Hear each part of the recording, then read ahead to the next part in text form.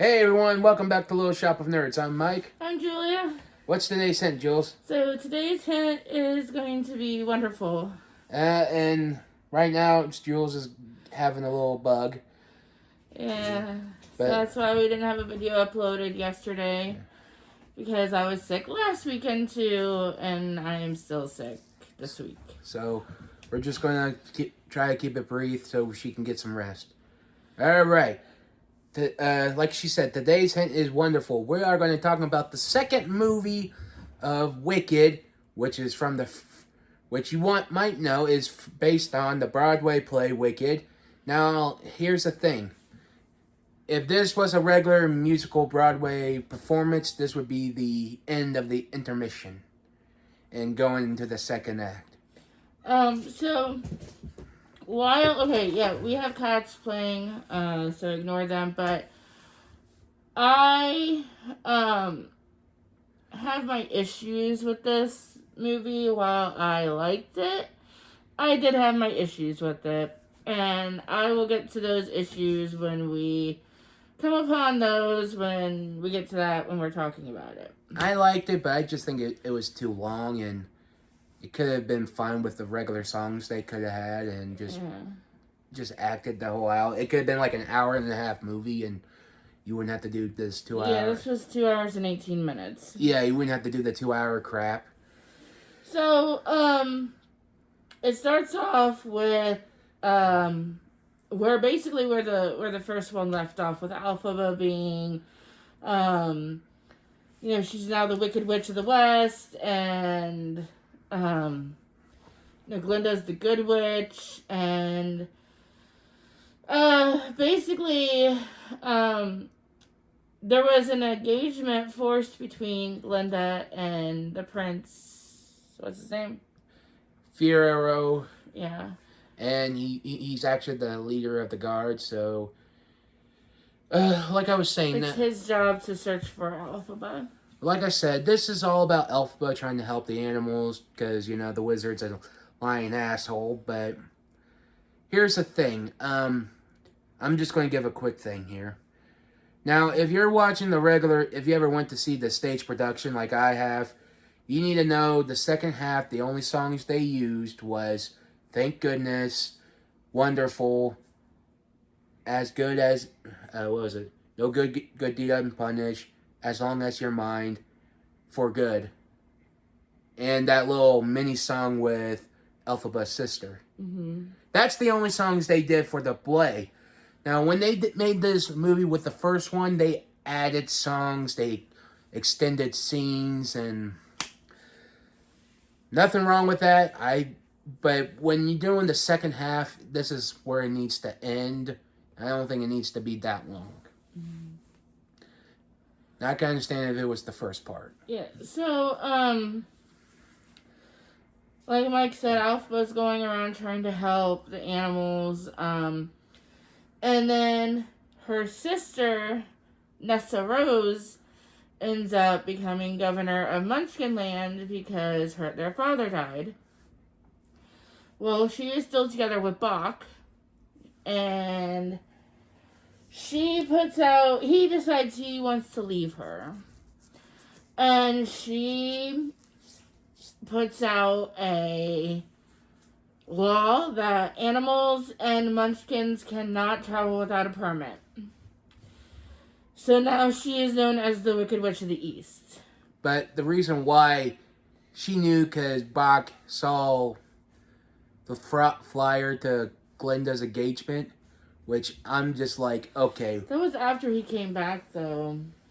No, it was before, because she knew. Because she knew he liked Glinda. Yeah. But he didn't take the flyer until after he had come back, after she blocked him from leaving. Still, either way, in my opinion, she knew what he was doing. My opinion, she could have just made the law before he left, then we wouldn't have to do that. Yeah. In my opinion. But she made the law before he left, just right before he got to the train station. Yeah. Because we see Munchkins getting kicked off the train, And you know, most of them were like redhead and curly hair. Mm-hmm. And I'm like, Which is really weird because, you know, in the original Wizard of Oz, they used little people for the Munchkins. But they didn't do that for this movie. no, because in the original book, Gregor McGuire book, he uses munchkins are different sizes. Oh. So, Okay. Well, anyway, so he's forced to go back. He sees the flyer, steals the flyer. Alphaba, you know, shows up to talk to Nessa Rose. and there goes the cats. Yeah, and so there was a breakup scene between Bach and Nessa Rose before Yes. all this. And he tells Nessa Rose, hey, I want to go to... I need to go to Oz or to the city, the Emerald City, because I need to confess my love to Glinda. Because he's in love with Glinda. Of course, Nessa Rose is not happy with that, and she casts a spell that she has no business casting. And she's about to kill him. Now, here's the thing. In my opinion, right? Okay, she's right. Cast a spell, and Elphaba used the spell to save him, turn him into 10.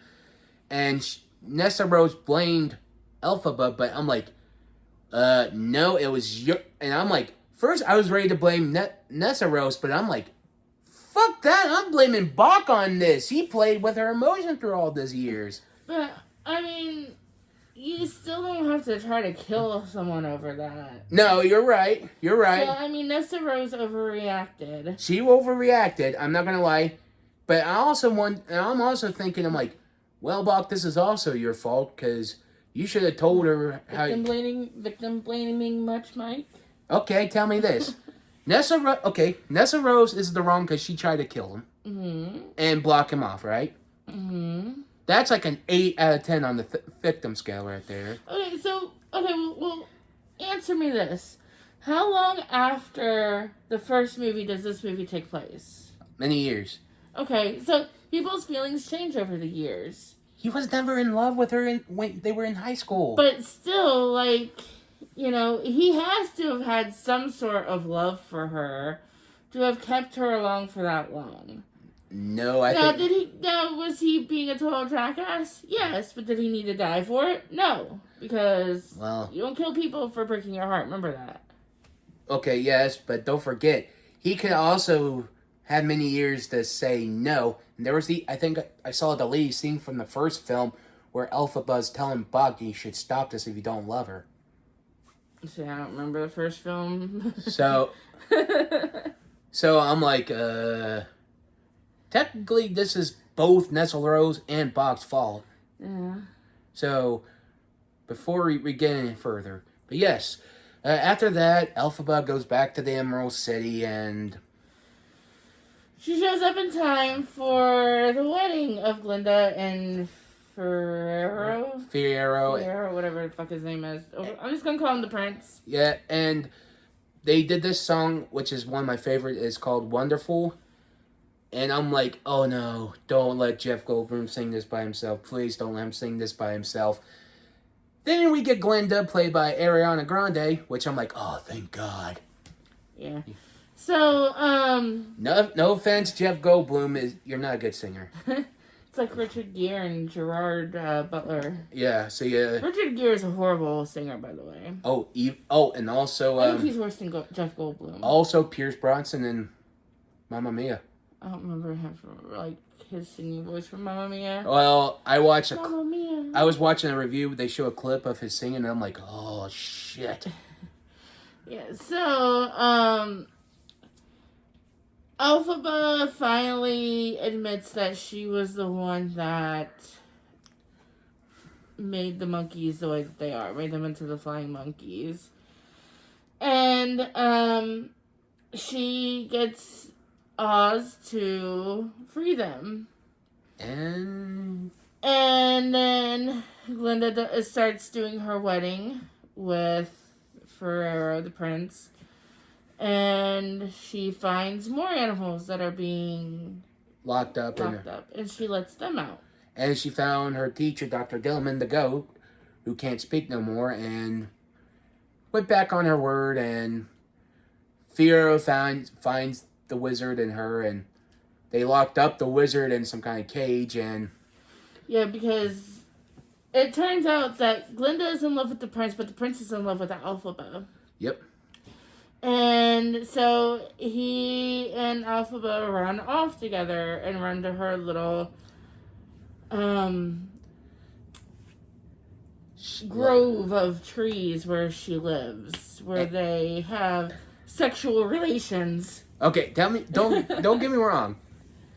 That song, As Long As You Mine, tell me that does not sound like an 80s ballad to you. A little bit, yeah. But I'm like, when I saw it, they were just, in a dark forest and just singing to each other. Like, they were in her little, like... And how they were just... home. And how they were doing this, and I'm like... I'm I'm being real with you guys. I was feeling a little awkward during that scene. So I know, and I was like, "This is a family film, right?"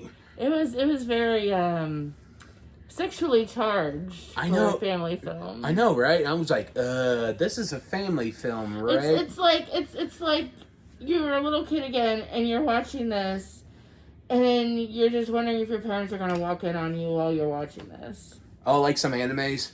Yeah, or like if you're watching a movie and then there's a sex scene and your parents walk in. Mm-hmm. And I'm like, So, like, for example, there's this anime I really like called My Hime, and it's very fan servicey within like the first 8 episodes. And my mom would walk in at the worst times every single time, and she would look at me. She goes, "Are you watching porn?" And I'm like, "No, Mom, I'm not watching porn. I'm watching anime." Well, what was it? I think I saw this Saturday Night Live sketch, right? Yeah. It had Pete Davidson, Melissa McCarthy, and some other guy. They were watching Terminator, and there's a sex scene in Terminator, and they're all just sitting there awkward, trying to get through it. I mean, sex scenes, while you're watching sex scenes, can be kind of awkward. Now, I can understand if it was just regular say, if it was a girlfriend and boyfriend, that's fine, or a husband and wife. But when you have your kid there, it's like,